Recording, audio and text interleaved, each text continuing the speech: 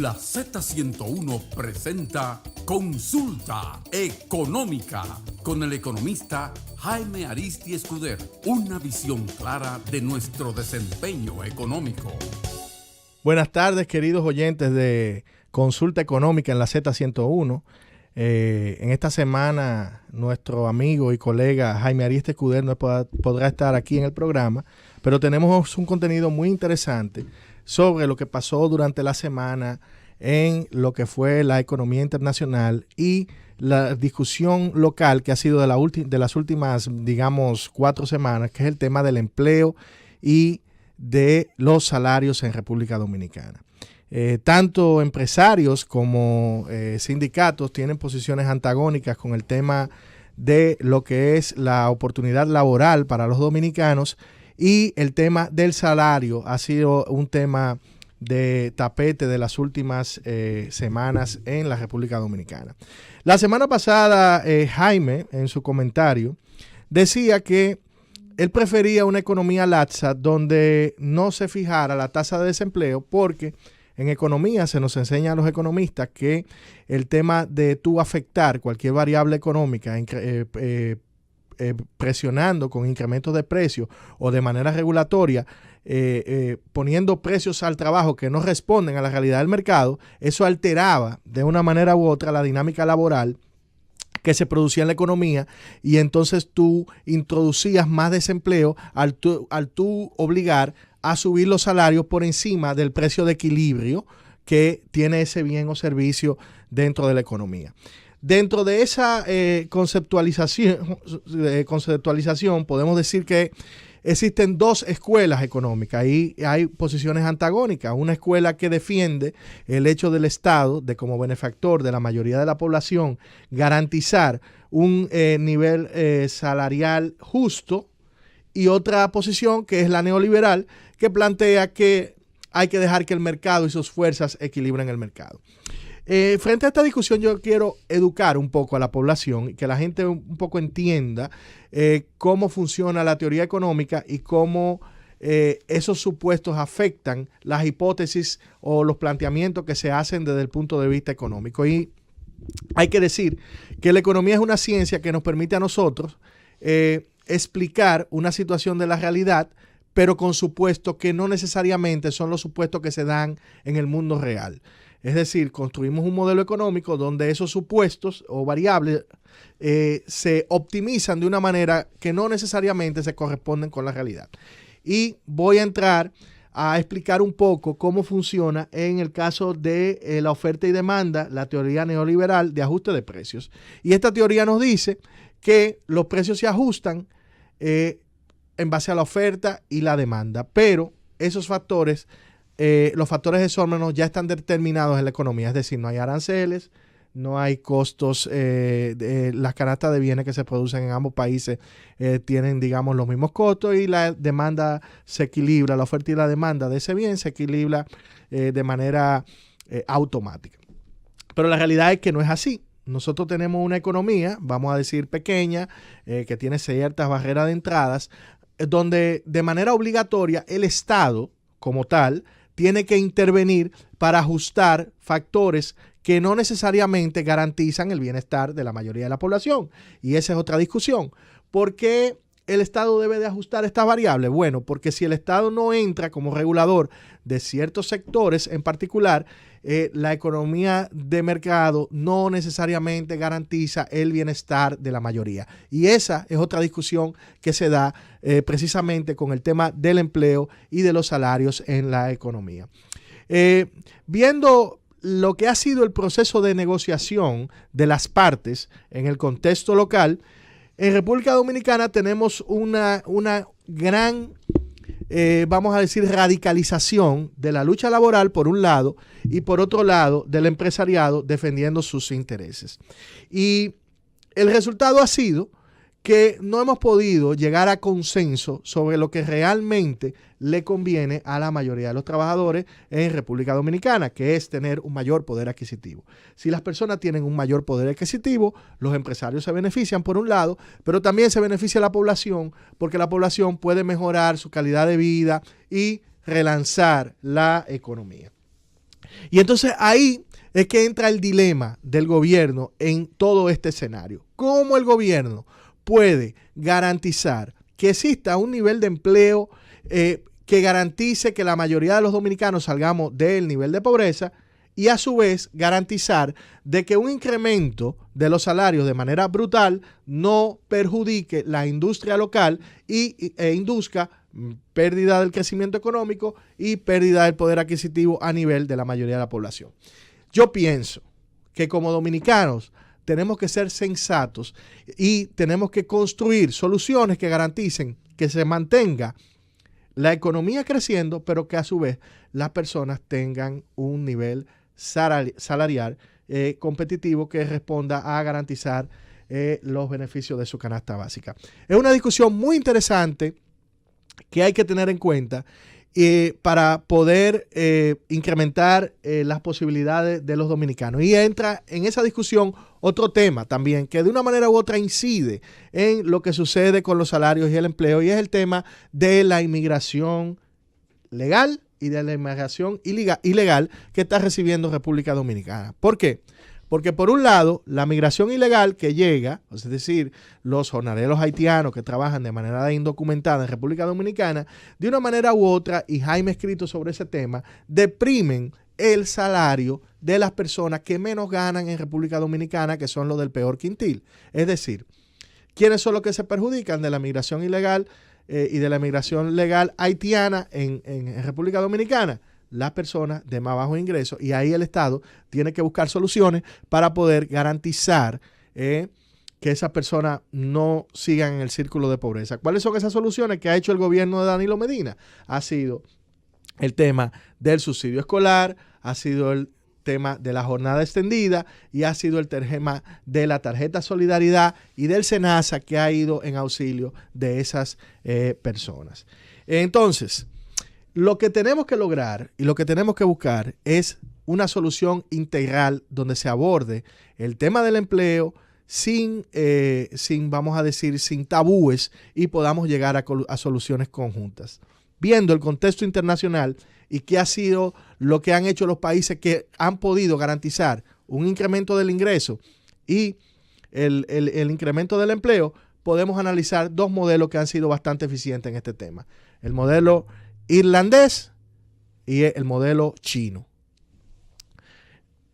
Por un lado, el modelo irlandés de empresa privada garantizó, en primer lugar, invertir en educación, invertir en que la gente esté bien formada a nivel cognitivo, a nivel literario, para poder asumir mejores roles dentro de la economía.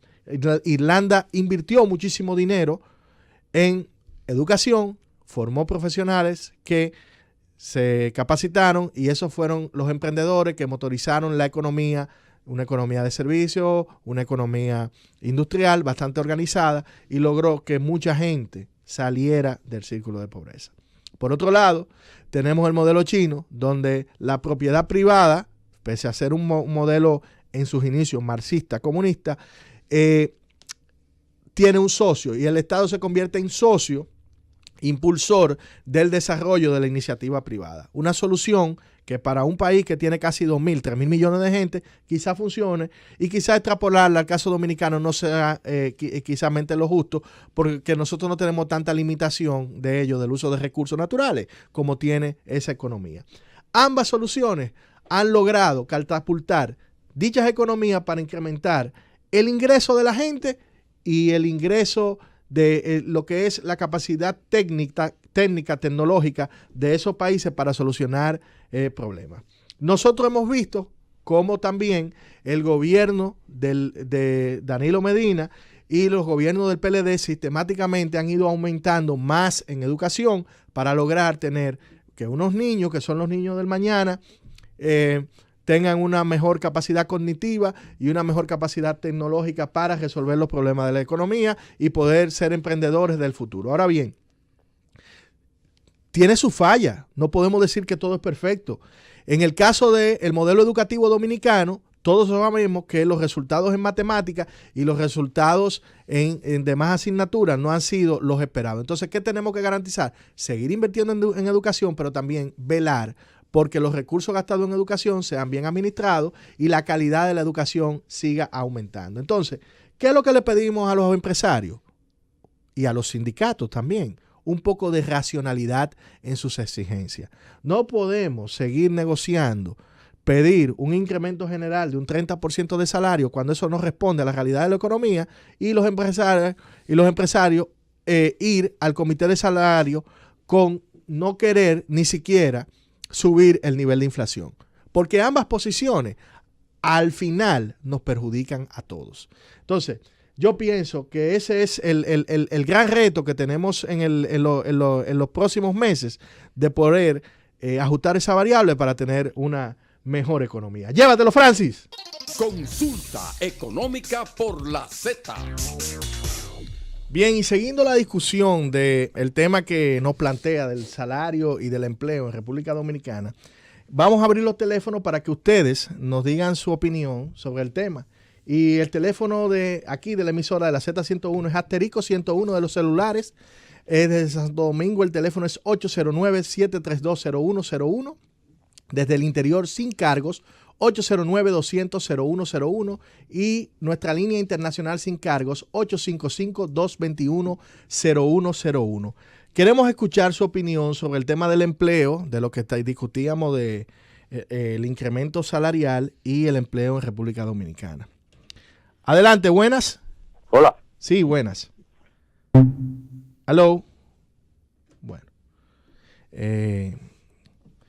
Si repetimos los números, celulares asterisco 101 y nuestra línea de Santo Domingo 809-732-0101.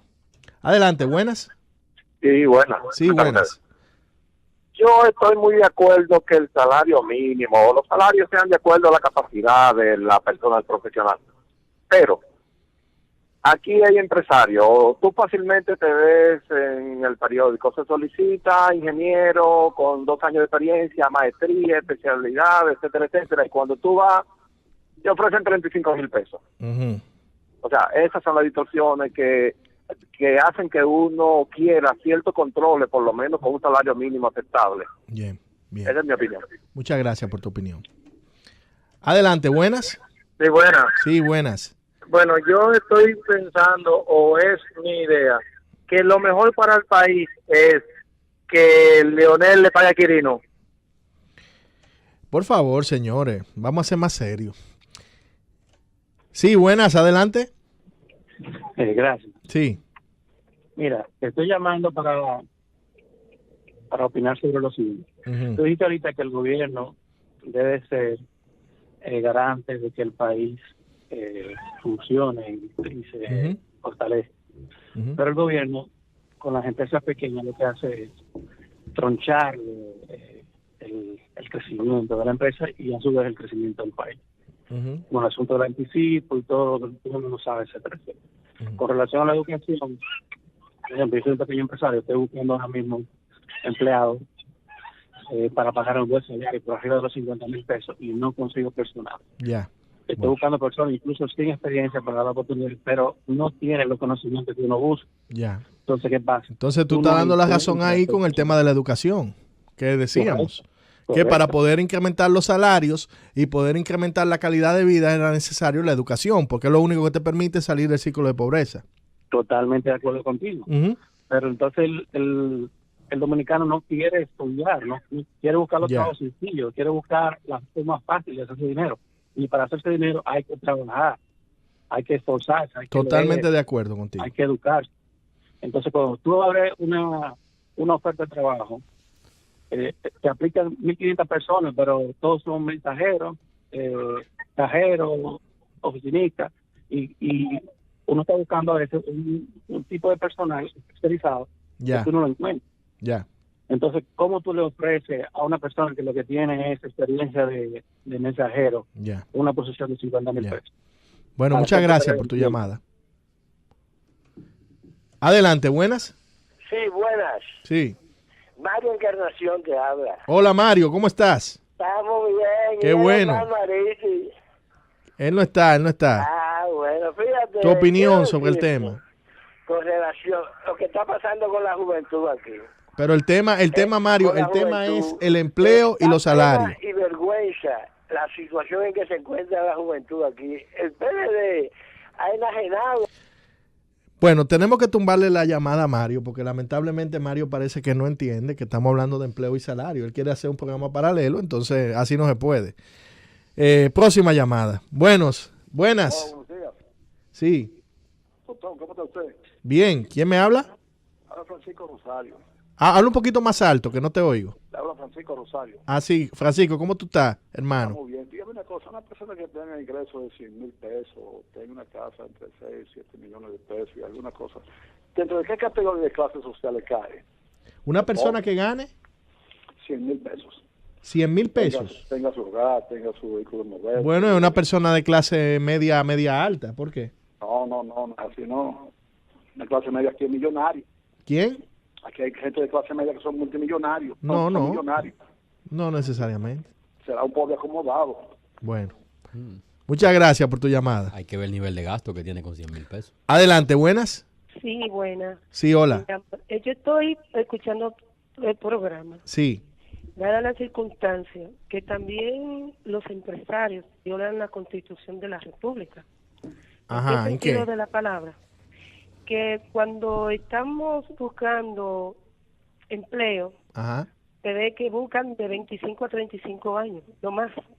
Aquello que pasamos de los 35, no tenemos oportunidad. Bueno, mira, ese es un tema muy interesante, que si se hace una reforma del Código Laboral o una reforma o se quiere impulsar alguna legislación que garantice el empleo, yo entiendo que es algo que hay que tocar, porque hay una cierta discriminación, como tú bien mencionas, en las personas que tienen, sobre todo, más de 40 años en la economía, que no necesariamente son personas que no pueden hacer un trabajo. O sea que realmente tu punto es válido y yo pienso que eso es algo que hay que ponerle, Y no tan que solo discutir el eso. tema.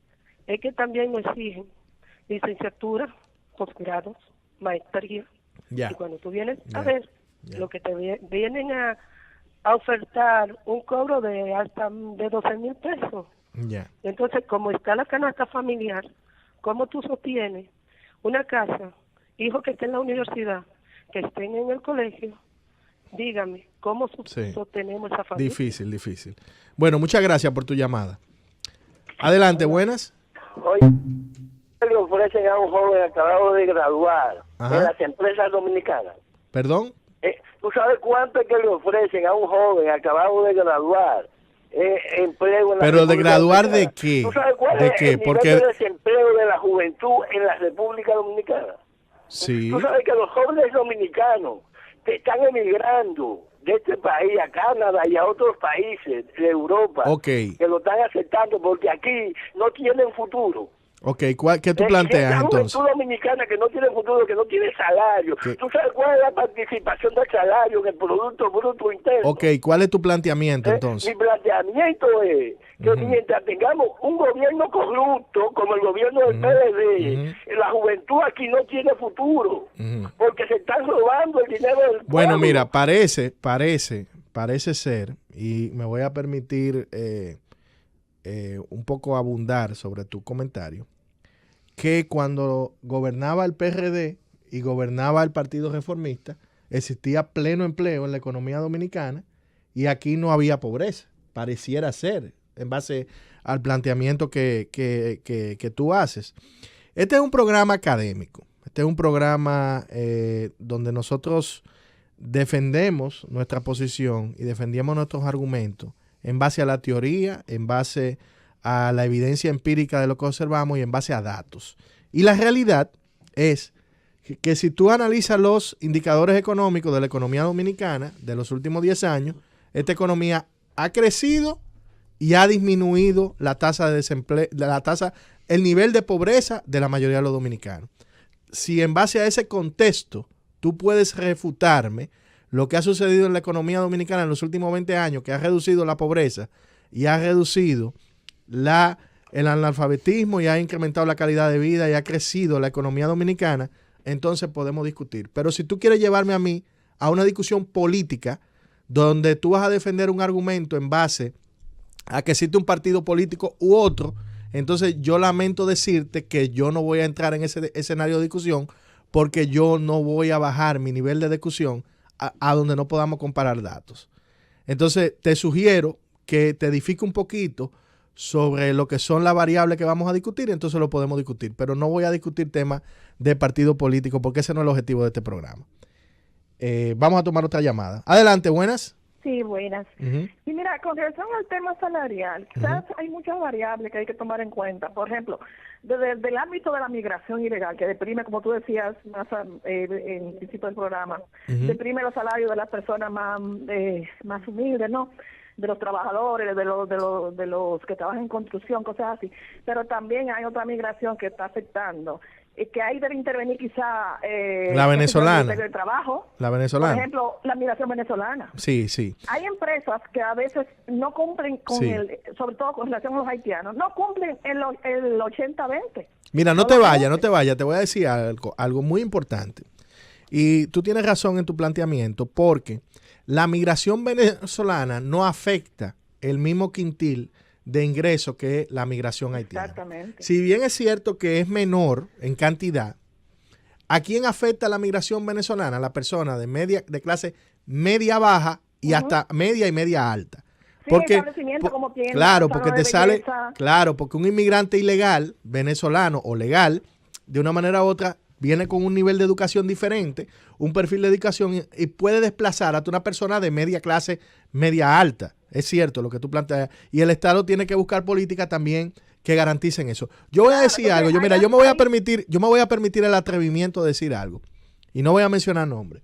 Aquí hay un grupo financiero que tiene muchos inmigrantes trabajando. Muchos inmigrantes. Colombianos, tiene muchos inmigrantes. Y yo estoy de acuerdo contigo en que ese es un tema que debemos abordar como economista. Debemos decir, tratarse con seriedad. Claro, abordarse con seriedad y la discusión no debe de ser vengan o no vengan, porque siempre vamos a tener inmigración, pero hay que garantizar que la primera gente que tenga mejores condiciones sean los dominicanos, no los extranjeros. Yo estoy totalmente de acuerdo contigo. Y ciertamente nosotros como dominicanos tenemos un cierto complejo de guacanagarí con ese tema que tenemos que revisar. Muchas gracias por tu intervención. Adelante, buenas. Sí, Hello. sí. Hello. Sí, buenas. Buenas, ¿cómo estás? Bien. Mira, con respecto al tema que tú estás hablando de los salarios aquí de República Dominicana, Ajá. y sin criticar a ningún gobierno, porque esto es una epidemia que viene desde muchos años. Así es.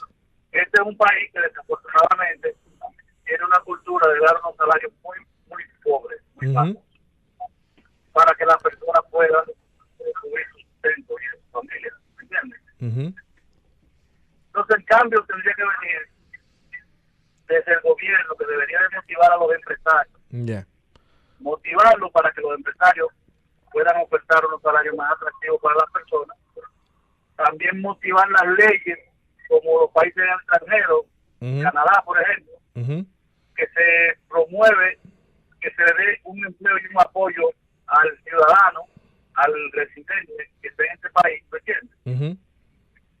Porque desafortunadamente aquí, como tú dices, pues estaba hablando con el Guacanagarí, de que te hablan con un acentito, te hablan bonito, y ya automáticamente la mente del que esté dando el empleo cambia y da preferencia a esas personas, ¿entiendes? Claro, una gran cantidad de ellos vienen con una preparación más elevada que la nuestra, que la de muchos de nuestros jóvenes, pero también aquí tiene que preocuparse mucho por lo que es la educación. ¿En qué sentido?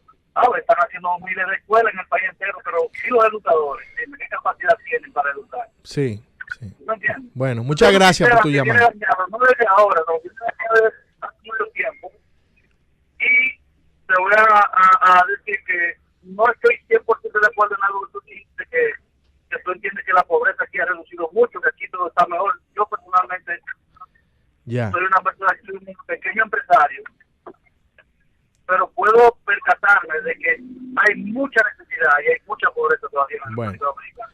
Muchas gracias por tu llamada. Eso no ha cambiado, sin criticar ni que fue el PLD, que fue fulano, ni que fue fulano, no. Bueno, es tu percepción, pero hay más gente. Sin hablarse de política, sin criticarse a nadie, mirándolo desde una perspectiva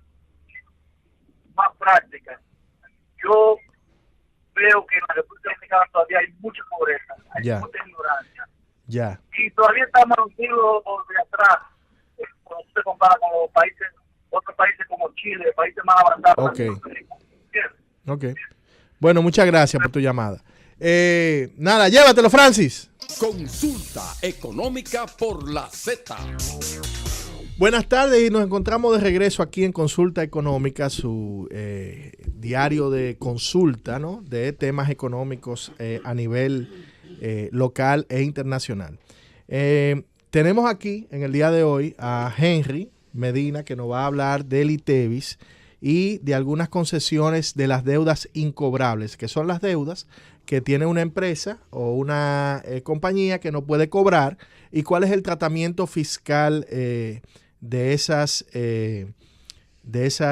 deudas incobrables. Henry, adelante, dinos qué nos traes en el día de hoy sobre temas impositivos. Excelente, Franklin. Sí, nuestro comentario en el día de hoy va dirigido a estas pequeñas empresas, vamos a llamarle a las micro y pequeñas empresas, no tanto a las grandes, porque las grandes ya tienen una estructura y consultores tributarios quienes lo hacen una planificación fiscal a inicio de cada año, pero usted como pyme, si usted se dedica a vender algún bien dentro de su catálogo de productos, vende bienes grabados y bienes exentos, el tratamiento del ITEVIS, ese ITEVIS que usted paga para ya sea para revender un producto o para construir o fabricar un producto, no es el mismo tratamiento que tal vez estamos acostumbrados.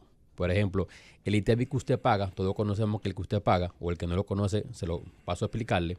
El ITEVIS que se paga en las compras para adquirir los bienes y servicios que usted posteriormente lo va a transformar o lo va a traspasar ya con alguna modificación, ese ITEVIS es un pago adelantado que usted le hace al Estado de ese ITEVIS, porque el ITEVIS es un impuesto indirecto y recae en el consumo, en el consumidor.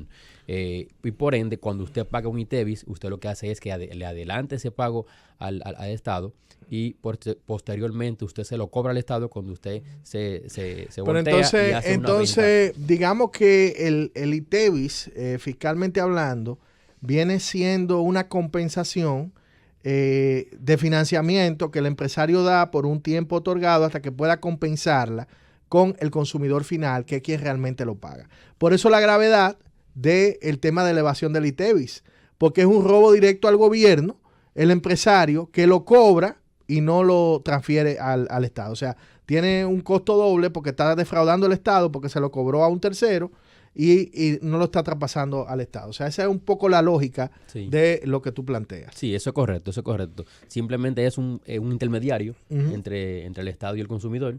Las empresas se dedican a recaudar ese dinero y posteriormente se lo remiten al gobierno, pero lo adelantan, porque cuando pagan, por ejemplo, un importador que cuando llega a su furgón con su mercancía, paguen en aduana 800, 1 millón, 3 millones de pesos en ITEVIS, pero ese ITEVIS que está pagando no es parte de su estructura de costo, porque es lo que va a hacer que se va a adelantar ese ITEVIS, lo va a tener como un impuesto a favor, esperando a que él venda esa mercancía, y cuando le cobra ese ITEVIS a los consumidores, él se va compensando ese ITEVIS que previamente ya pagó en aduana hasta que lo consuma por completo, en caso de que lo consuma y salga todo su inventario, y si lo consume ya todo ese ITEVIS que recaude o que reciba en la venta de esos bienes o de servicios van directamente a la DGI. Ok, entonces una pregunta, y yendo en el contexto de tu explicación. Por un lado, tú tienes un empresario que de una manera u otra está financiando el Estado a través del adelanto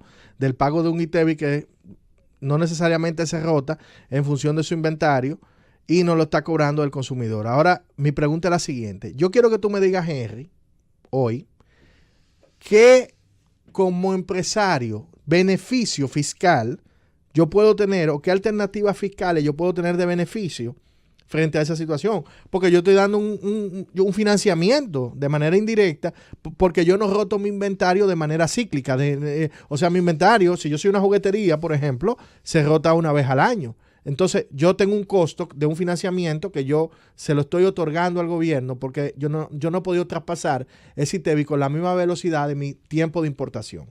Ahora tú decías otra cosa. Tú hablabas de cuentas incobrables. que es una forma que yo quiero que tú toques. Entonces, ¿cómo yo puedo beneficiarme del esquema fiscal actual como empresa o cuáles normas existen que puedan beneficiarme a mí mi flujo de caja? Porque ese que tú mencionaste me empeora mi flujo de caja. Sí, correcto. Ahora bien, dime cuáles son los beneficios que yo tengo frente al esquema actual legal que me pueda sacar como empresa a costa del Estado Dominicano y de las leyes que hay. Sí, correcto. Entonces, ya entendiendo bien el concepto del ITEVIS, que es un concepto básico, un impuesto que recae sobre el consumidor, usted como empresa, como pequeño empresario, lo que hace es que hace un adelanto de ese ITEVIS y así mismo se lo adelanta, lo pone como un impuesto adelantado y cuando usted previamente lo vende se compensa.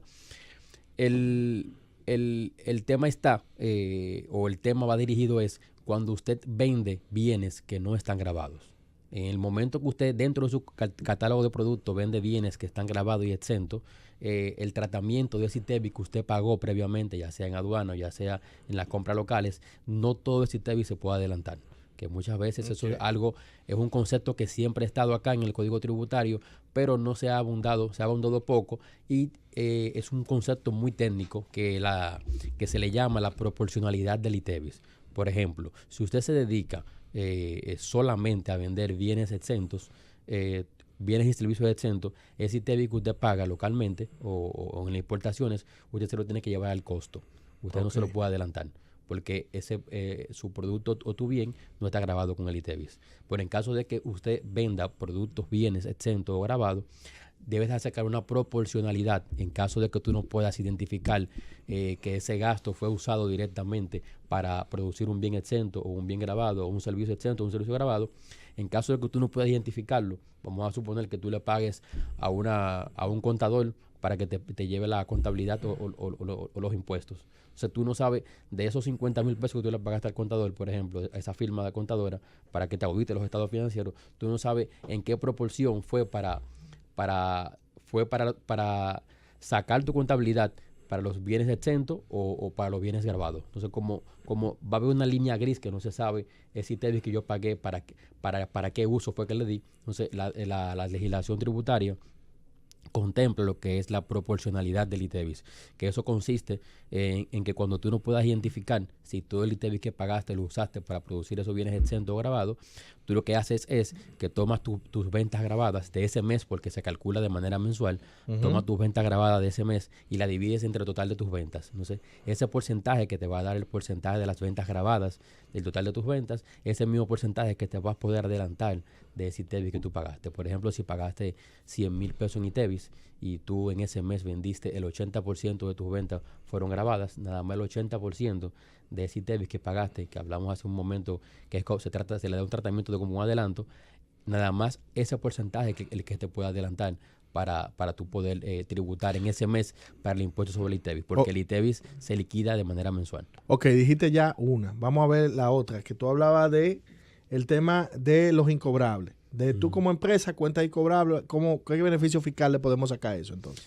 Sí. Ya que ese sería el otro... No, excelente. Eso lo tenía un poquito más adelante para terminar de desarrollar del tema del ITEVIS.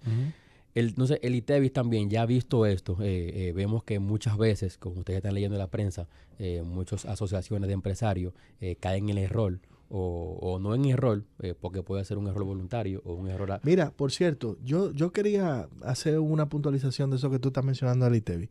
A mí me impresionó bastante una noticia que leí esta semana de una empresa que había defraudado con temas de comprobante fiscal. Me imagino que debe haber ITEVIS ahí, otro tipo de fraude, por 4,000, si no leí mal, fueran 4,000 millones de pesos. Sí, se trata del grupo Tremors. Oye, pero 4,000 millones de pesos. Y se dieron cuenta ahora de un fraude de 4,000 millones de pesos. Eso es mucho dinero. Sí. O sea, estamos hablando de casi 800 millones de dólares. O sea, señores, eso es una emisión y media de bono soberano de hace 5 años. O sea, entonces yo me pregunto, realmente, cuando vi la noticia me llamó la atención, ¿cómo se puede hacer un fraude tan grande al Estado Dominicano y de una manera u otra queda como que nada ha pasado? O sea, eso es algo serio, señores. O sea, estamos hablando de 800 millones de dólares. Eso es mucho dinero. ¿Cuántas escuelas se hacen con 800 millones de dólares? ¿Cuántos hospitales se hacen con 800 millones de dólares? O sea, yo pienso que el tema de la evasión ya está teniendo un carácter criminal en República Dominicana. Pero eso tampoco, yo leí la noticia también igual. Digo, partiendo del supuesto de que sea cierto. Sí, porque está en la fase de investigación. Sí, porque vamos a poner la cosa clara. Hasta que un juez no lo determine, no. Pero lo que pasa es que nuestra cultura de evasión es tan grande claro. que uno a tema de percepción, uno ya se tiende a presumir la no inocencia. Pero realmente está en una fase actualmente de investigación. Bueno. De una fase de investigación y veremos cómo este caso. Vamos a dejar el tema ahí. Seguimos en el próximo segmento con el tema de los costos de los incobrables y vamos a abrir los teléfonos. Llévatelo, Francis. Consulta económica por la Z. Bien, y seguimos aquí en la Z101 hablando con nuestro experto fiscal Henry Medina, quien nos va a seguir desarrollando el tema de compensaciones fiscales y de cómo yo como empresario me puedo beneficiar de los costos de financiamiento y las concesiones que me da la Dirección General de Impuestos Internos. Luego de esto vamos a abrir los teléfonos para tomar algunas llamadas. Pues entonces, siguiendo en ese tema, Henry, cuéntame, aparte de la compensación del ITEVIS, ¿cuáles otros métodos yo tengo como empresario para poder de una manera u otra solventar y mejorar mi flujo de caja como empresa? Mira, ese flujo de caja, no hay forma de tú liberarte ese flujo de caja. Tienes que adelantar ese ITEVIS, el momento de que tú hagas la compra o una importación. Inclusive los industriales tuvieron una ley, en la ley de Proindustria, si no me equivoco, habían ciertas concesiones que cuando tú traías mercancía por aduana, te permitían pagar nada más el 50% del ITEVIS y que ya tú lo pagaras cuando vendieras la mercancía, pero es un tema de alivianar ese tema del flujo de caja que desangra muchas veces a los empresarios, pero realmente ahí no hay mucha vuelta. Realmente sí hay que pagarlo por adelantado y posteriormente compensártelo en la venta. Lo que sí también te quería puntualizar, aprovechando la ocasión, es que muchos empresarios y asociaciones de empresarios, de manera de rol involuntario y a veces error voluntario, hacen publicaciones y sacan estadísticas que pagaron tantos miles de millones de ITEVIS y aportaron tanto a la economía. Como si fuera un regalo, ¿verdad? Pero realmente el ITEVIS realmente no recae sobre el empresario. El ITEVIS recae sobre el consumidor. Ellos simplemente lo pagaron. Ellos fueron agentes de retención, vamos a llamar así. Quien lo pagó fue el ciudadano común que compró su producto. Vamos a llamarle un intermediario, porque agente de retención entra ya en otro bueno, marco. Su intermediario, fueron intermediarios. Exactamente, ellos simplemente adelantaron un ITEVIS. Financiaron ese monto por un tiempo. Ese monto al Estado, en lo que ellos vendían su mercancía. En lo que ellos vendían su mercancía. Cuando usted escuche que alguien diga que aportó tanto de impuestos porque pagó tanto de ITEVIS, realmente eso no fue una aportación directamente. Sí, pero sí se afectó su flujo de caja porque previamente recuperó mira, en caso de que venda la rotación completa de su inventario. Pero mira, ese tema, eso es una discusión eterna. También pasa en la seguridad social y también pasa en muchos sectores cuando yo siempre he dicho que lo que se paga de seguridad social y lo que se paga de impuestos, en el caso del ITEVIS recae sobre el consumidor final y en el caso de la seguridad social eso es parte del salario. O sea, no hay por qué separar las cosas. O sea, lo que un empleado recibe de seguro médico, y aunque lo pague quien lo pague, es parte de su salario. Está implícito dentro de los costos de salario. O sea, que en realidad es parte de lo que tú recibes como normal. Tú dices que tú no estás de acuerdo con el concepto de que... No, lo que pasa es que se ha querido vender. O sea, hay una cultura, vamos a llamarla así, en República Dominicana, de deslocalizar los derechos de los trabajadores. Por un lado, tú tienes ese tipo de declaraciones donde se dice que esas empresas pagaron el ITEVIS cuando en realidad fueron lo que pagó el consumidor final. Y por otro lado, también existe un discurso donde se plantea que lo que los empresarios pagan como costo de seguro médico, ITEVIS, seguro médico, seguridad social de los empleados, es una concesión que el empleado está dando además del salario. Entonces, si tú como economista analizas eso, lo que tiene que ver con seguridad social y lo que tiene que ver con salud y seguro médico es parte del salario del individuo. Correcto. Porque es parte de lo que tú como empresario representan tus costos de el trabajo para transformar los bienes de capital. Pero o sea, financiero tú lo revelas de esa manera. Sí, financieramente es así, es un costo, pero no es una concesión, es parte del costo de contratar y de tener un individuo trabajando dentro de tu empresa. Por eso, y por eso voy a aclarar un poquito ese concepto, todo lo que recibe el trabajador es fruto del producto de su trabajo y esfuerzo. Páguelo quien lo pague, es parte del costo del trabajador. Y entonces ahí es que quiero hacer esa puntualización, porque aquí no se trata de concesiones, aquí se trata de sinceración de costos. Y si tú sincerizas los costos, al final vamos a decir quién es que paga quién. Los empresarios, por un lado, como transformadores de los bienes de capital, los únicos impuestos que tienen que pagar son los impuestos de sus rentas, de las utilidades que les generen sus empresas y de los gastos conexos de su operatividad. Pago de dividendos. Exacto, pago de dividendos, etcétera, etcétera. Pero al final, esos son los únicos los únicos impuestos reales que paga el empresariado. O sea, la diferencia entre lo que tú invertiste y lo que te ganaste. Ya tú no puedes decir que el ITEVI lo pagas tú, porque al final es algo que se transfiere a los trabajadores, igual que los costos de producción, de transferir bienes de capital y de salario, también son parte de tus costos de operación como tal. Entonces, excelente. Es un poquito haciendo esa aclaración. No, perfecto. Entonces, como segundo comentario, también vamos a hablar sobre las deudas incobrables. ¿Qué hacer? ¿Cuál es el tratamiento fiscal de esa venta que usted hizo a su cliente? Nunca le pagó, pero usted en su momento tributó, pagó renta, porque ya que la contabilidad fiscal se lleva por lo devengado, es decir, cuando usted haga la factura, cuando usted entregue el producto o haga la factura, ya ahí nace la obligación del pago de reportar de declarar ese ingreso, y es posible que se cierre un año fiscal como la renta se paga al cierre del año fiscal. Se cierra un año fiscal y usted tenga una venta, usted registra una venta que nunca ha recibido ese pago por parte de su cliente, y si el Código Tributario tiene una salida para ello, que el Código Tributario te autoriza a que cuando tú tengas una deuda incobrable te la puedas deducir de tus ingresos para que no tribute como tal y no pagues renta por ello.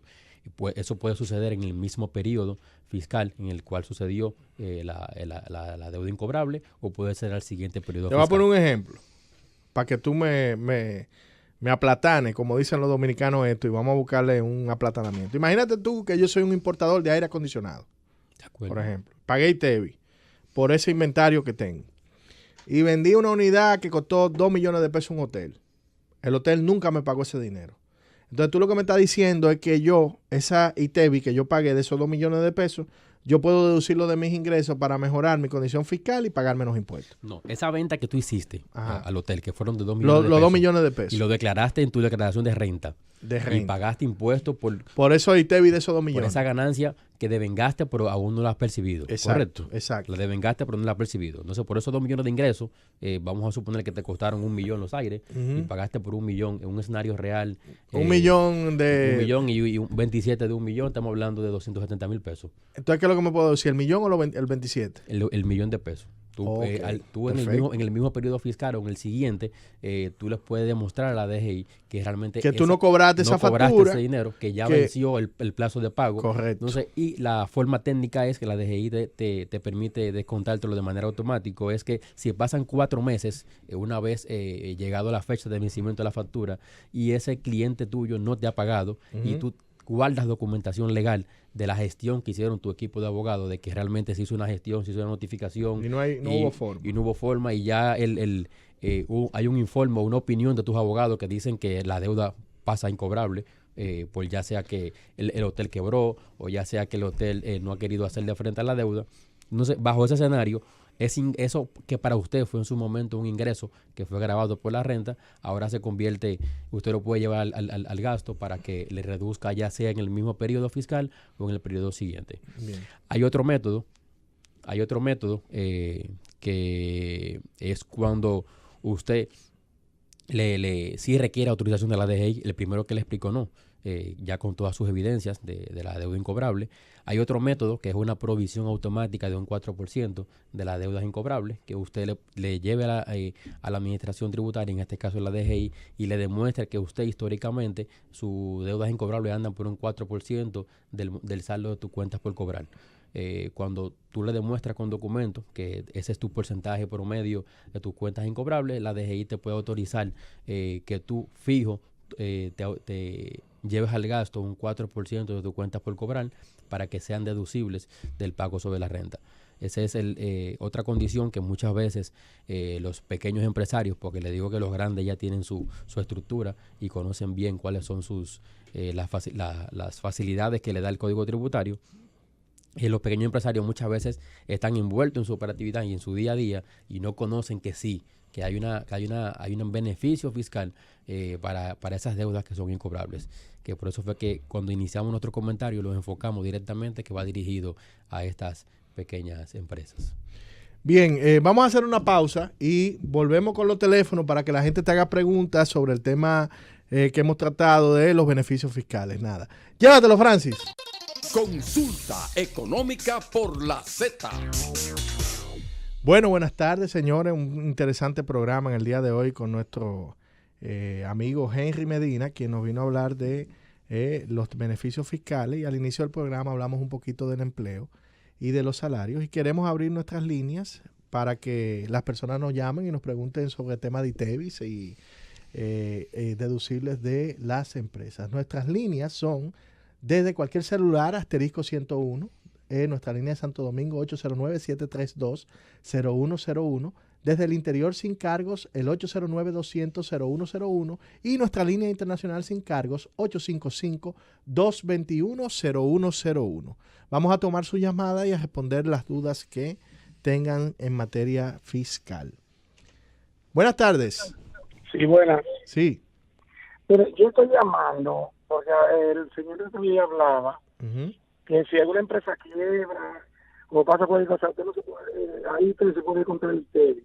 Pero cuando hay gobierno que dura 6 meses o 7 meses y no le paga uno se puede contar el ITEVIS también. Bien. Si se convierte en incobrable, sí. Si la deuda, tus abogados, mediante una opinión y toda la gestión que ustedes han hecho, intimando y haciendo todo ese proceso legal, tus abogados opinan de que tu cuenta es incobrables, sí, te puedes compensar ese ingreso que previamente lo declaraste para pagar impuestos sobre la renta. Bien. Adelante, buenas. Adelante, buenas. Bueno, no se oye bien. Si nos van a llamar, por favor, señores, bajen un poquito el volumen de su radio, que crea interferencia y no se puede escuchar lo que dicen. Adelante, buenas. Sí, buenos días. Buenos días. Buenas tardes. Por favor, voy a aprovechar la presencia del experto en impuestos. Ajá. Sobre el ITEVIS, hay muchos usuarios, compradores, que muchas veces no procuran la factura con comprobante fiscal. Ese dinero o esos montos que se deja de pagar o que el comerciante no reporta por el ITEVIS, él realmente lo desembolsa, lo manda a la Dirección de Impuestos Internos o se queda con él, porque el consumidor no ha procurado la factura. Gracias. Sí, actualmente las empresas deben de reportar todos los comprobantes, tanto de venta y de compra, que tienen en su actividad comercial, porque ese gasto que para ti fue un gasto, para otra empresa fue una venta. Entonces, de esa manera la DGI, tú reportando tus gastos, le va construyendo los ingresos a la otra empresa. Pero esa pregunta que tú haces, que es bien importante, ¿qué sucede cuando es un consumidor final? Que ese consumidor final no le va a reportar a la DGI ese gasto que tuvo, que va a ser un ingreso. Ahí nace a la DGI, al verse ya de manera descubierta, en ese caso, lo que hace es que entra aquí las soluciones fiscales. Aquí nacen las impresoras fiscales, aquí nacen ya las cajas registradoras fiscales, aquí nace también lo que viene ahora, la factura electrónica, y es para caerle, para contrarrestar esas ventas consumidor final que la DGI no tiene esas herramientas para conocer realmente cuáles fueron tus ventas consumidor final. Entonces lo que hizo la DGI fue que le está instalando impresoras fiscales específicamente, porque ustedes se dan cuenta, son a las personas retails, a la que venden muchos consumidores finales. A esa es que está enfocada a lo que es la soluciones fiscales, y en este caso las impresoras fiscales. Okay. Adelante, buenas. Buenas. Sí. Mire, yo tengo una pregunta, o mejor dicho, un comentario. Primero, la DGI debería ser más flexible con las microempresas. No es fácil un microempresario facturar 30, 60, 90 días y la DGI quiere que tú le pagues ITEVI en menos de un mes. Igual también pasa con los anticipos. Yo vi que quieren ahora hacer una exención para los que venden menos de 8 millones de pesos anuales. Ojalá ya simplemente. Y lo otro es, por Dios, ¿por qué ustedes siempre, al caerle a todos los chiquitos, pero se olvidan de que aquí más del 40% es una economía informal y no paga impuestos? Entonces el que está formal le caen arriba todo el tiempo. Ya. Muchas gracias por tu llamada. Mira, antes que todo, conocer el rol en una administración, en la administración pública. La DGI, vamos a llamarle como que es un cobrador. La DGI está ejecutando una ley que se le entregó. La DGI no puede inobservar una ley que se le dice que cobre el 18% mensual de las ventas que tú tengas. No la puede inobservar. Esa es tu función. Eso es como que tú salgas a cobrar y te manden a ti como cobrador. Mira, ve a la calle 5, número 16 y cóbrale 100 pesos a Franklin. Tú como cobrador no puedes decir, ay, no, yo no le voy a cobrar a Franklin hoy porque hoy es 31 y Franklin cumpleaños y es su familia. No, tu función es ir a esa casa y cobrar. Entonces, el llamado, y tal vez muchas veces tenemos como ese odio con la DGI, realmente debe ser con la legislación. Porque mañana los legisladores aprueban y dicen que nadie paga anticipo y el ITEVI va a ser un 10% y el ITEVI se va a pagar mediante lo percibido, no lo devengado. ¿Sabe qué va a hacer la DGI? Va a aplicar esa misma legislación. Vamos a tomar una llamada internacional. Adelante, buenas. Sí, buenas, Franklin de Sosa. ¿Perdón? Oye, Franklin habla. Sí, hola, Franklin. Sí, me gustaría también que este joven que está ahí expresándose y aclarando todas estas situaciones, que también debe de saber que los empresarios en realidad no pagan ningún ITEVI. Quien pague el ITEVI es el consumidor. El pueblo que consume es que para los empresarios nunca han pagado en la vida un ITEVI, pero siempre quieren vender la idea de que ellos tienen que pagar. Ya. Pero no es así. Ya. Eso deben de aclararlo también para que la gente sepa. Sí. Muchas gracias por tu aclaración. Ese punto lo habíamos tocado anteriormente, donde tú mencionabas la diferencia entre quién paga. Sí, correcto, que recae directamente en el consumidor. Pero sí hay algo, ya estamos claros en eso, que el empresario no paga el ITEVI, simplemente lo en que algunos hace casos, porque en compras menores quizás paguen como consumidores. Que lo adelantan, se adelantan el ITEVI, el 100% del ITEVI que pagan. Pero sí, si nos vamos al tema financiero, que Franklin me ayuda más en ese sentido, hay un costo del dinero en el tiempo. Claro. Ese 2 millones o 3 millones que el empresario pagó. Hay un financiamiento. Por el costo de reposición de inventario, que de una manera u otra representa una carga para el empresario. Eso quedó claro. Excelente. Adelante, buenas. Sí, buenas. Sí, dígame. Yo estoy llamando porque tengo una inquietud con un negocio que tengo. Ok. Yo tengo un pequeño negocio de venta de vegetales, son productos exentos, pero aparte de eso, tengo un pequeño colmado donde distribuyo parte de los vegetales y hay algunos productos que tienen impuestos. Yo estoy registrado solamente con el negocio de los vegetales, pero yo quiero solicitar para facturarle a los de tarjeta de solidaridad que son consumidores del gobierno. Ya, muchas gracias por tu llamada. Te vamos a contestar ahora mismo. Excelente, mira, sí, debe de informar a la DGI, inclusive eso es una obligación tributaria, informar a la DGI todas las actividades comerciales que tú realizas bajo un mismo RNC. Debes de decirle que tú vendes vegetales y acercarte también a la DGI para informarle que tú te dedicas también a la venta de provisiones al por menor. De esa manera, número uno, te evitas una multa, porque la DGI realmente cuando se entera que estás haciendo una actividad más allá de la que tú le reportaste, te pone una multa. Y número dos, te vas a poder beneficiar, me imagino que te piden ese requisito para tú facturar para tú poder recibir pagos con la tarjeta de solidaridad. Tal vez te piden esa actividad comercial que esté relacionada a los productos que se van a despachar con la tarjeta de solidaridad. De eso depende. Si tú estás constituido como una empresa, debes de ir al registro mercantil antes que todo y cambiar tu actividad. Y también viendo desde el punto de la DGI muchas veces toma el universo de contribuyentes y lo organiza por actividad comercial y hace una serie de análisis. Entonces, si usted, la DGI está analizando los que venden vegetales y se encuentra con transacciones que usted le compra la Coca-Cola, que se compra con Dasani, usted va a alterar lo que es ese análisis que hace la DGI y va a salir una inconsistencia. Porque sus pares que venden vegetales, 100% vegetales, no se dedican a otra cosa, se va a ver que nadie compra la Coca-Cola para nada. Claro. Adelante, buenas. Sí.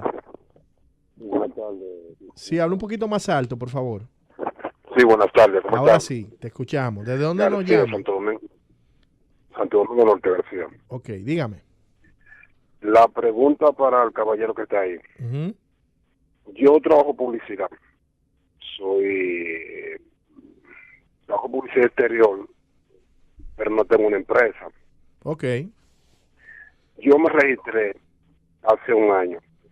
Ajá. Porque hay ingenieros de escuela pública, como yo también soy pintor de pincel y dibujante, me solicitan para hacer murales, pero uno tiene que tener su número de contribuyente. Ok. ¿Qué pasa? Pues, como le repetí, hace como un año que solicité todo eso, pero nunca he podido acceder a la factura, a los números de a los números fiscales, ¿no? Sí. Nunca he podido acceder. He hecho todos los intentos. Aquí vino todo un inspector de allá de la ley. Sí. A observar mi negocio. No sé qué pasaría de en adelante. Pero nunca he podido conseguir un número. Entonces, lo que hacen los ingenieros es que me hacen un descuento. Al yo no tener los números para facturar, ellos me hacen un descuento. ¿Cierto? Yeah. Entonces yo quiero que usted me ayude ahí. ¿Cómo él puede netear cuál es los el ingresos? paso? Porque yo a ver si entiendo mi tu correo pregunta. me mandan de todo acá, rata. Ok, a ver si entiendo tu pregunta. Pero pregunta. nunca me hacen una salvedad de que mire su número, hace por tal sitio.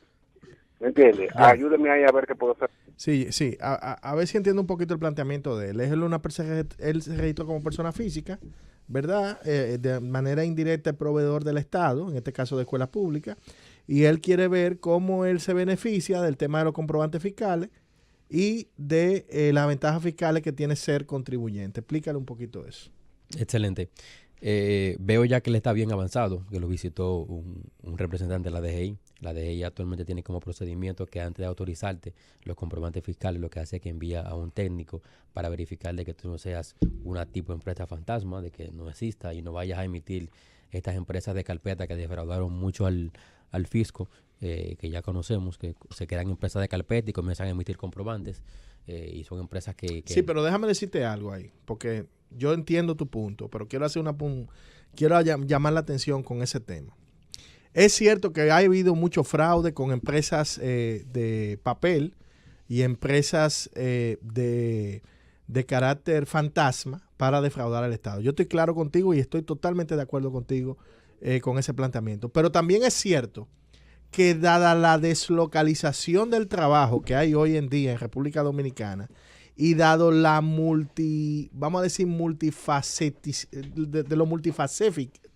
multifacético es la palabra, que son los negocios hoy en día en República Dominicana. Hay empresas que no tienen que tener un local. Porque te voy a poner un ejemplo. Yo tengo un amigo que es programador en Noruega, que trabaja por una empresa en Estados Unidos y trabaja desde su casa. Entonces, la DGI también tiene que entender que la dinámica de los negocios hoy en día no necesariamente necesita un local. que una persona puede perfectamente administrar una empresa de su casa. Entonces, también tenemos que buscar un equilibrio. La DGI lo acepta la casa. Sí, yo sé. Pero te estoy diciendo eso porque muchísimas veces hay un poquito de cerrarse en cada posición. Es cierto que hay empresas fantasmas, ¿verdad? Pero hay negocios, naturaleza de actividades, un sinnúmero de actividades como la que él menciona. Él es un artista, que es un publicista que diseña diagramas mulares desde su casa. No tiene que tener un local, no tiene que tener un taller, no tiene que tener un recinto físico. Eso es correcto. Lo mismo pasa con una persona que invierte en mercado de valores o tiene otro tipo de negocio. No tiene que tener necesariamente tener un local físico. Eso es lo que quería puntualizar. Pero termíname tu idea. Excelente. Entonces ya él hizo el primer paso, que un representante de la DGI lo visitó para verificar la existencia de que existe, valga la redundancia, una empresa.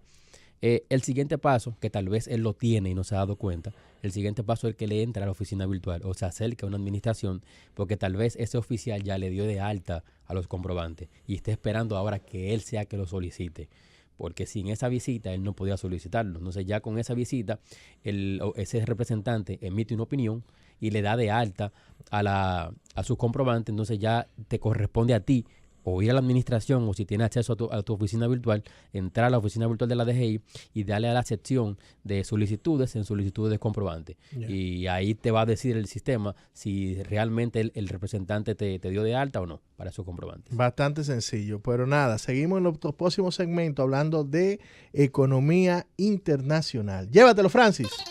Consulta económica por la Z.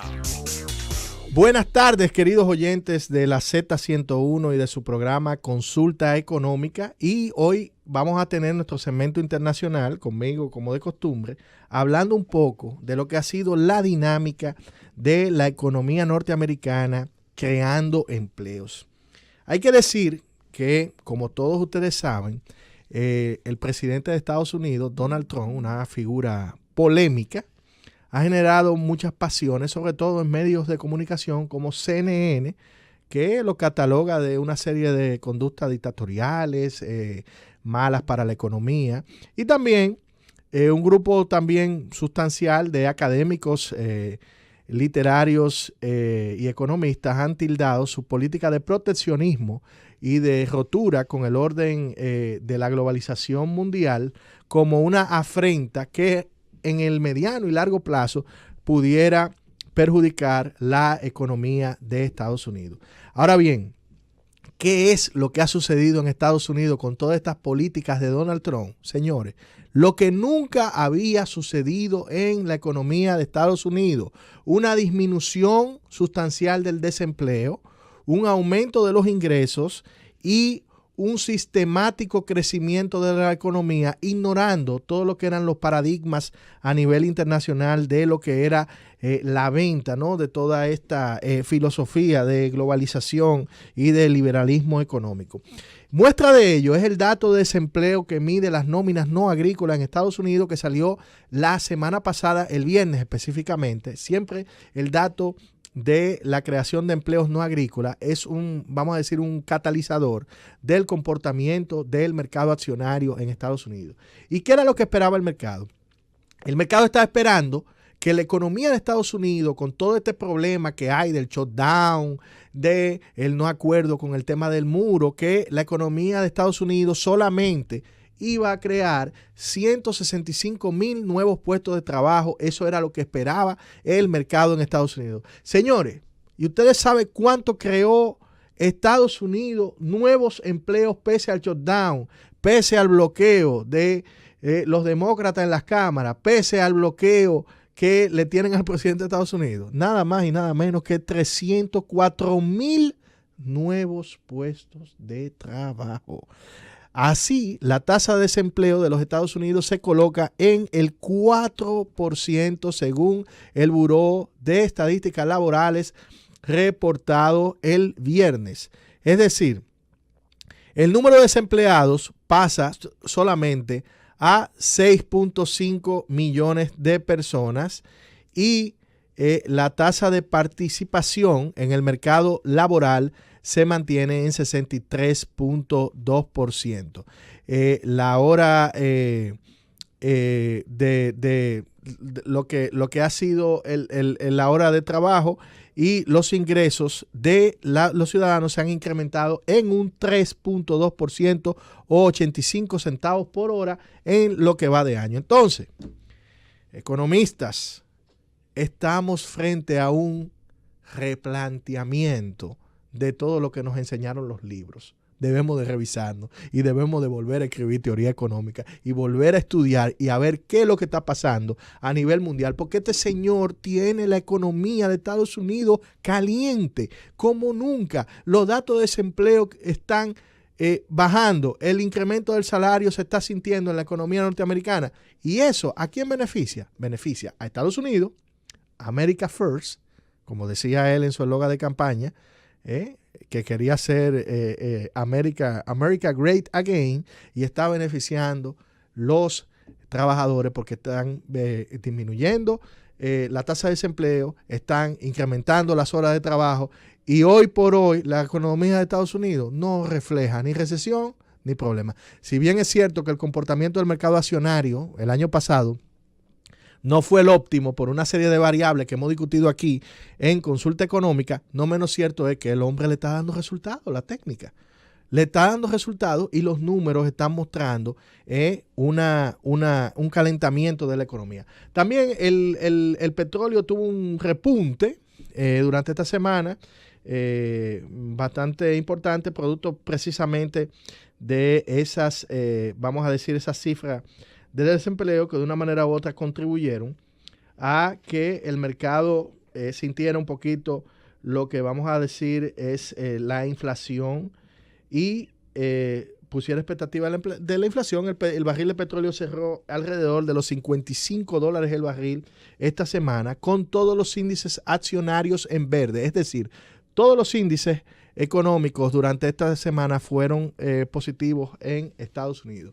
Entonces, señores, vuelvo y digo, el hombre, pese a que CNN no quiera saber de él, está mostrando unos resultados impresionantes en el manejo económico.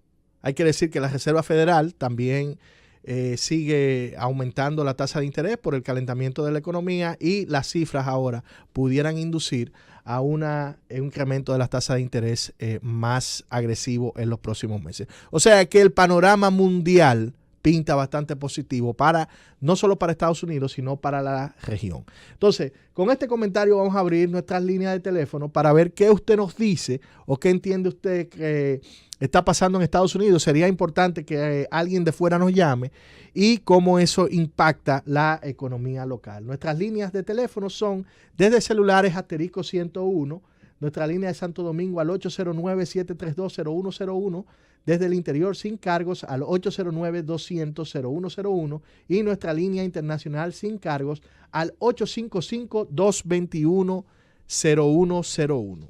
Llámenos y estaremos prestos a sus comentarios. Parece que tenemos un problemita aquí con el teléfono. Ok. No, parece que no nos están entrando las llamadas.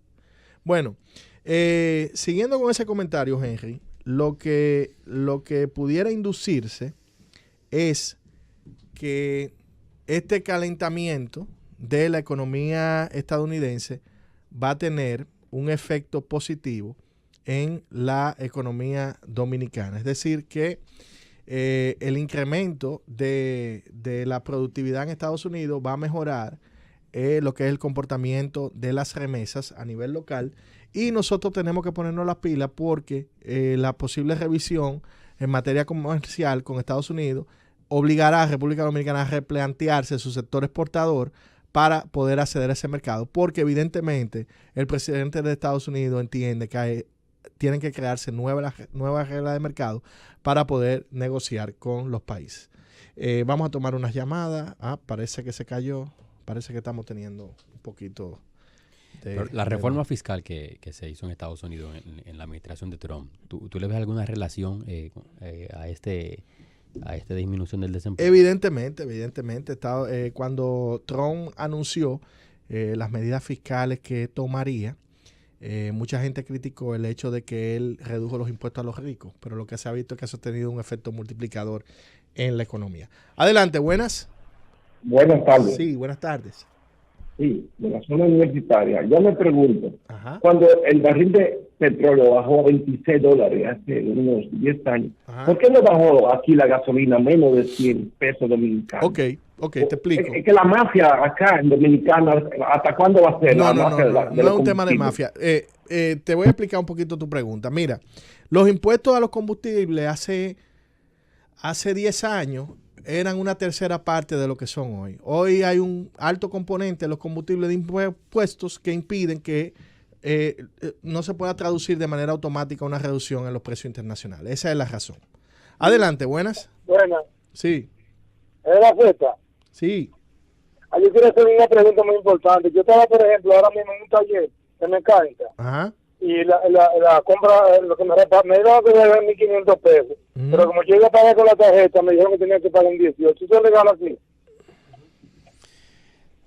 Bueno, las ventas tanto con tarjeta o en efectivo deben de llevar un 18%. Ya. Ahí lo que el taller, lo que te desveló de que si tú le pagabas en efectivo, él no pretendía reportar esa venta de la DGI. Yeah. Y como lo va a pagar con tarjeta de crédito, que esa compañía de adquiriencia, ya sea Carneo o Azul, sí se lo va a reportar a la DGI de que hoy sábado él tuvo una venta de 1.500 pesos y por ende él no tiene manera de cómo eludir ese compromiso fiscal.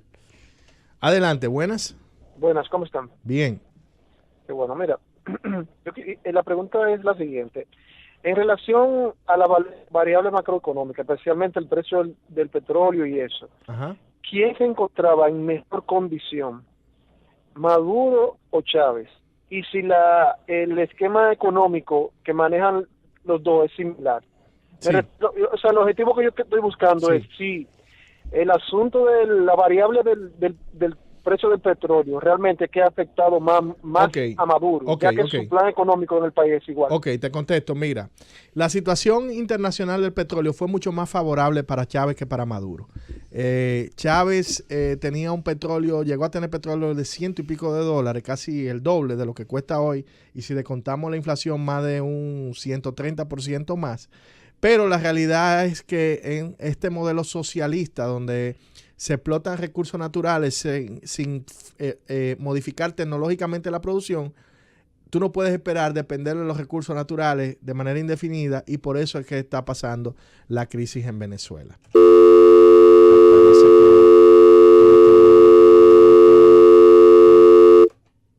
Bueno, adelante, buenas. Gracias. Sí. Yo entiendo que el sistema impositivo está diseñado para permitir hacer triquiñuelas y diabluras que hacen muchos empresarios por ahí.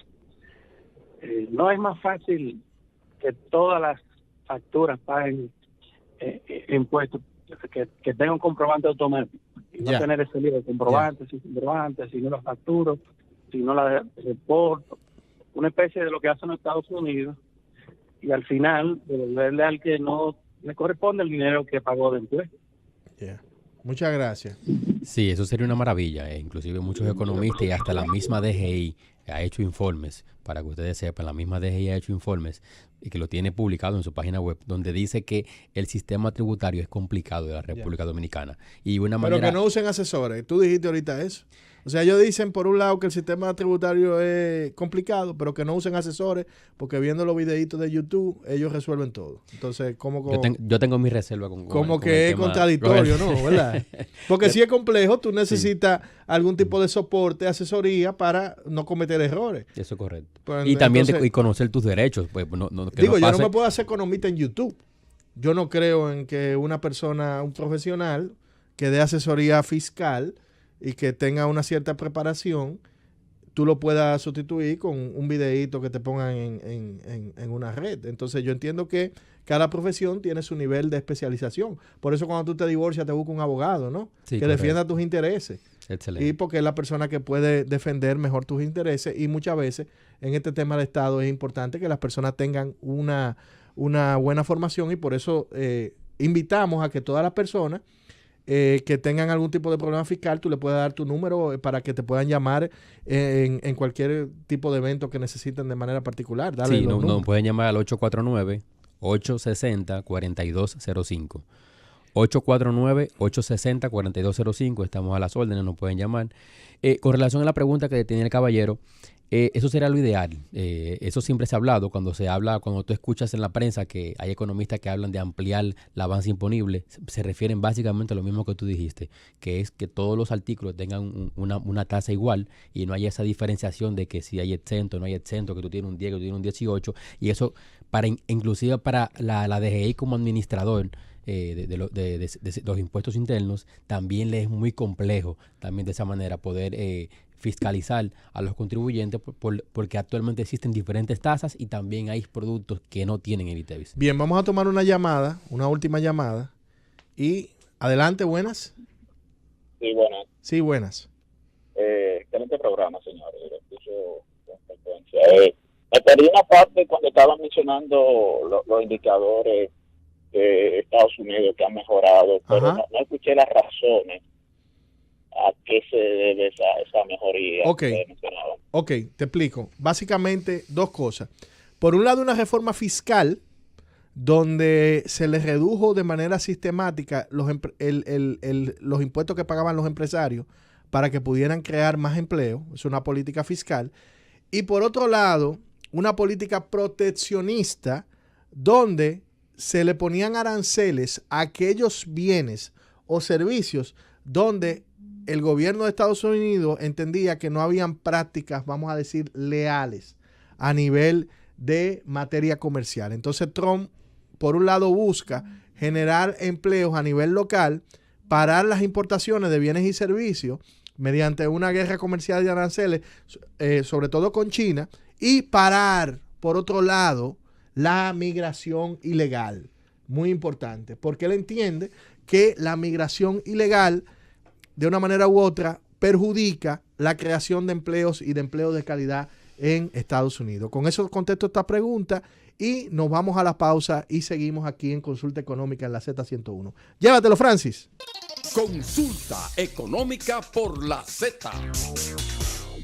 Buenas tardes, aquí ya llegamos al segmento final de Consulta Económica y nos encontramos hablando de lo que pasó en Estados Unidos la semana pasada con el dato de las nóminas no agrícolas. ¿Qué son las nóminas no agrícolas?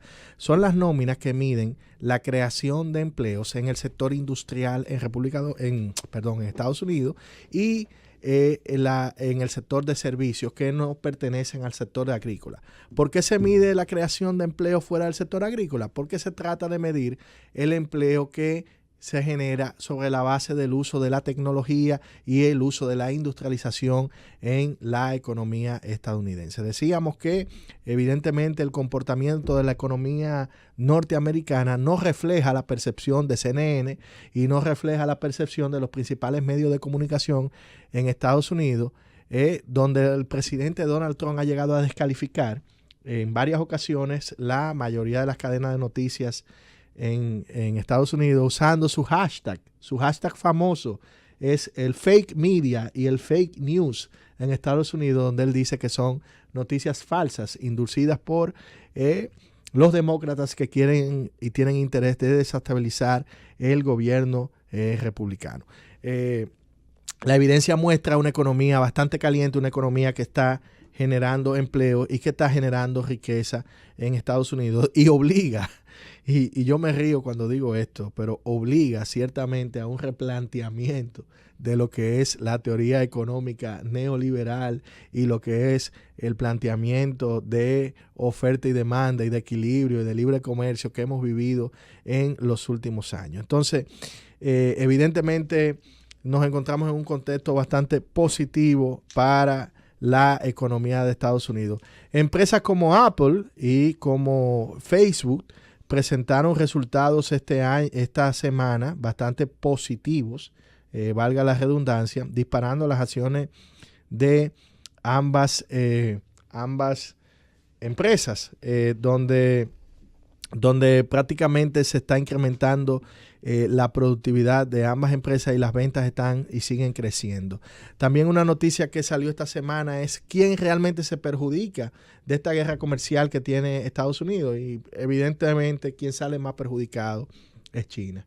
Es China, o sea, a China le conviene negociar con Estados Unidos porque a nivel de balanza comercial es bastante perjudicial para el gobierno chino mantener una guerra comercial con Estados Unidos, y no va a beneficiar el crecimiento de la economía china, que mostró ralentización en el último trimestre del año, porque contrario a lo que está pasando en Estados Unidos, en China hay un crecimiento menor.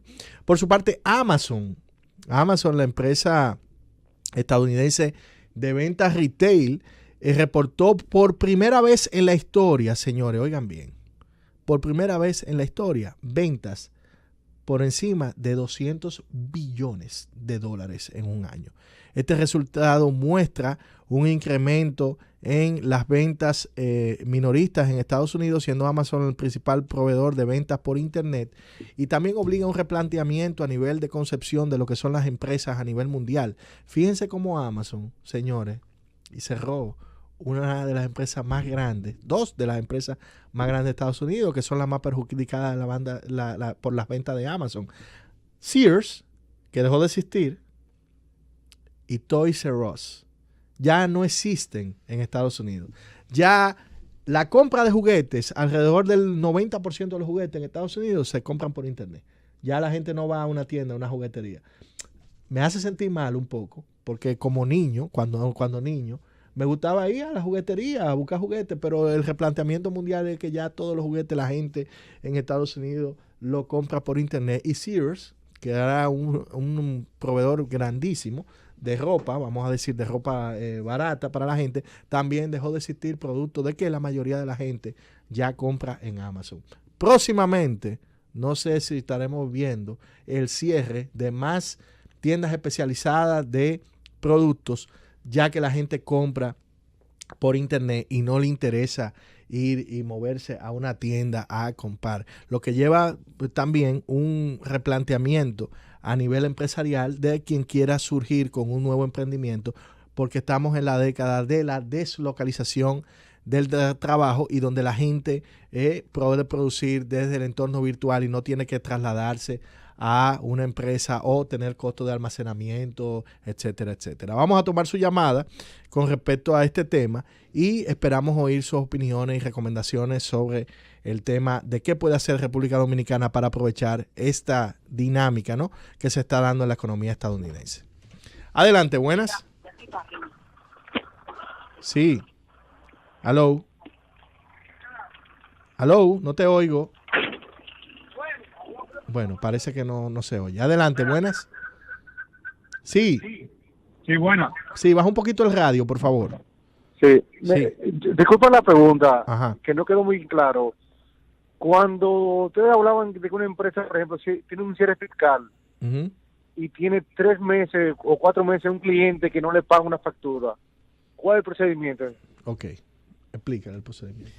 Son 2 procedimientos. El primero es que ya si pasó la fecha, si tú le diste 30 días de plazo de pago y pasados los 30 días ese cliente no te paga, y después de los 30 días transcurrieron 4 meses más y no has recibido ningún pago de esa deuda y tú has hecho gestiones de cobro, tienes toda esa documentación legal de las intimaciones, inclusive ya al final una opinión de tus abogados donde digan que ya es incobrable. Pero la normativa fiscal, la legislación fiscal te llama a 4 meses después del vencimiento de la fecha de pago. Ya la puedes catalogar como incobrable, y esa cuenta incobrable que en su momento cuando la emitiste fue una venta, tú la puedes llevar al gasto y disminuye ahí tu base imponible para sobre la renta.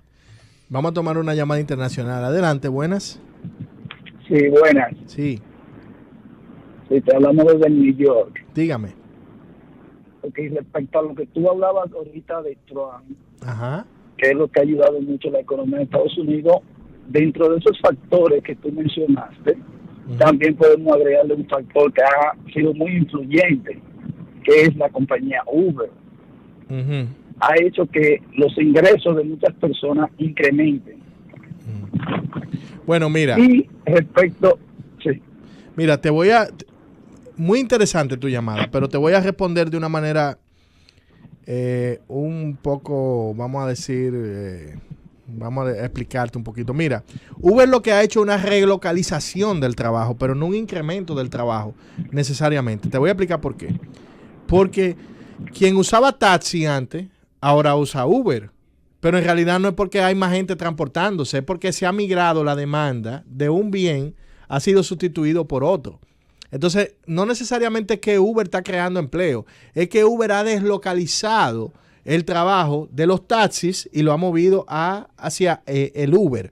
Pero no es que se está creando un movimiento de personas adicional. Un poquito aclarándote eso, porque eso es muy bueno que la gente la sepa, porque con el tema de Uber se ha vendido que no, que mucha más gente se está transportando. No, lo que hay es una relocalización del trabajo donde se está sustituyendo un bien por otro.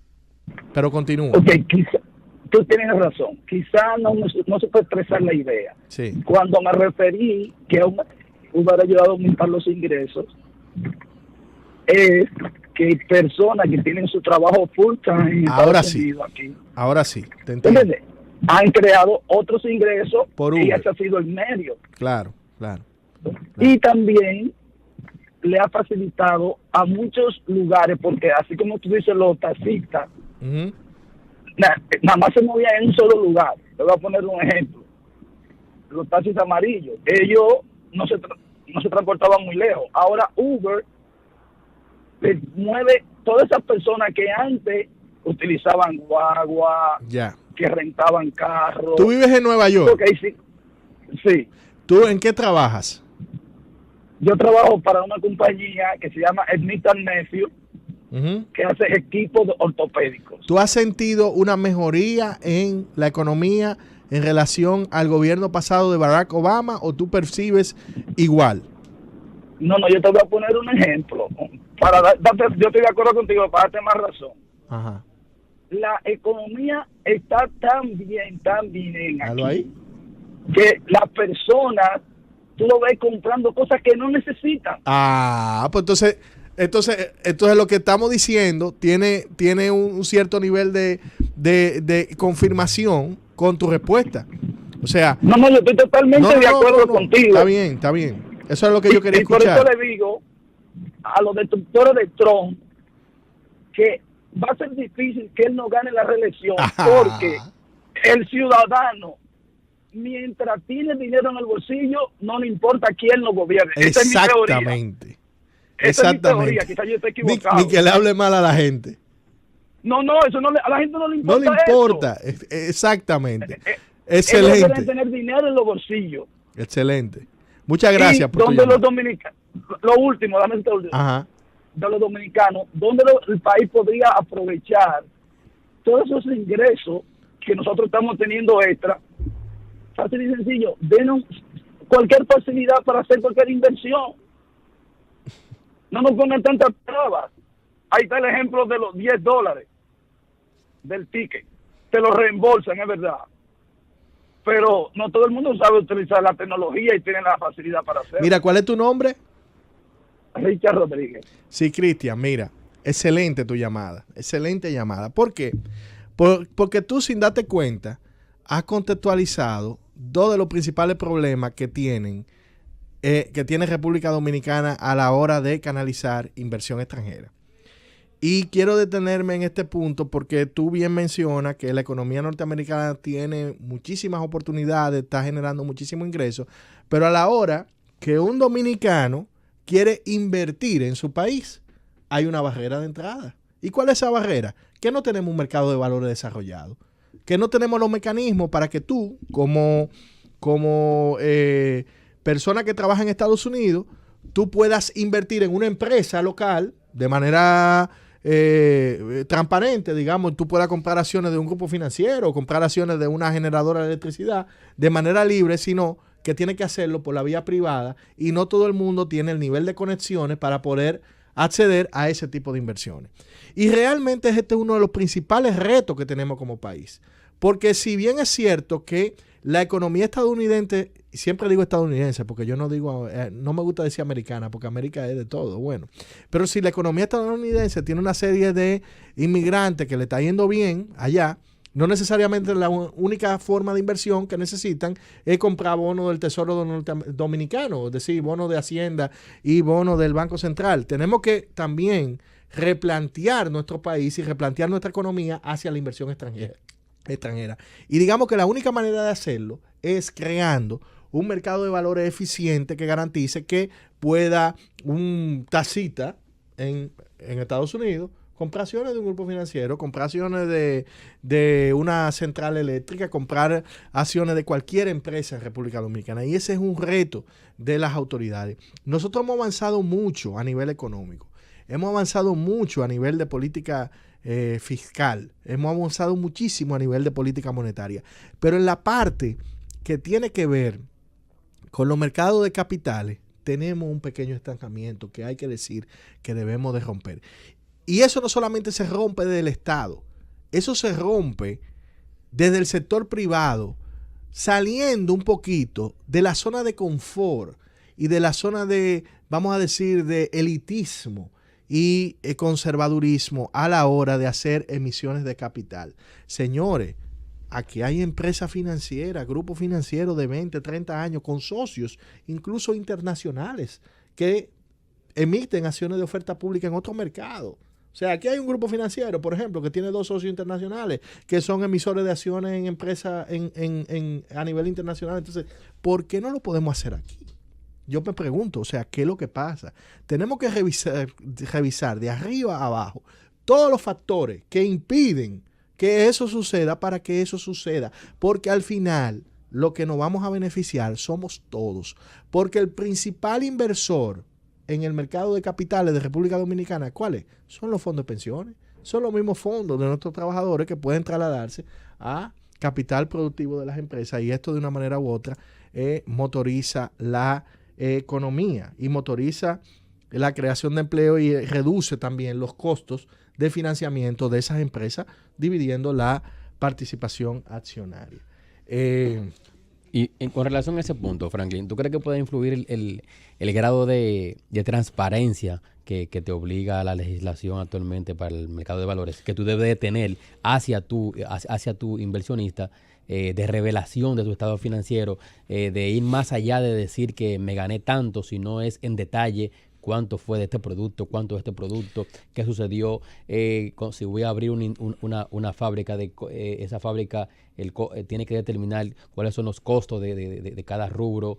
Ese nivel de transparencia que tal vez no... evidentemente la transparencia es un problema, pero hay sectores que están extremadamente regulados y están obligados a su transparencia, que no entiendo entonces por qué no lo hacen. Porque, por ejemplo, por ponerte un ejemplo sencillo, el sector financiero en este país no lleva doble contabilidad y no tiene ninguna forma de ocultar sus utilidades porque está extremadamente auditado por la Superintendencia de Bancos luego de la crisis financiera que hubo aquí hace 10, 15 años.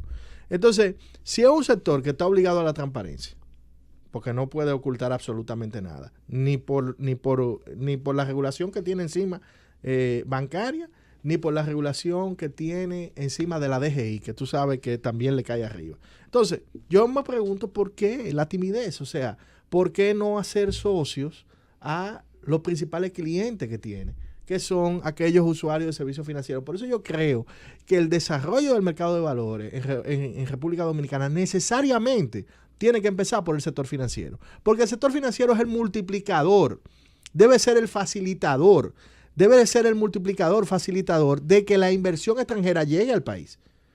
O sea, solamente eso puede ocurrir por el sector financiero. Por eso yo siempre he dicho que es muy importante que se creen las condiciones para un mercado transparente que garantice el gobierno, vamos a decir, un buen esquema de gobierno corporativo donde pueda fluir la inversión extranjera en cualquier dirección. Fíjate, Estados Unidos es la economía más grande del mundo a nivel de consumo y a nivel de transparencia de su mercado. Si yo hoy, como trabajador, quiero comprar acciones de Facebook, de Bank of America, de Citibank, de cualquier tipo de entidad en Estados Unidos, yo lo puedo hacer de manera directa y no pasa nada. Y no tengo que someterme a ningún tipo de revisión. Simplemente el capital tiene que garantizarse, evidentemente, que no es un capital producto de actividad ilícita, de narcotráfico. Eso yo lo veo perfectamente, o de corrupción, vamos a llamarlo así.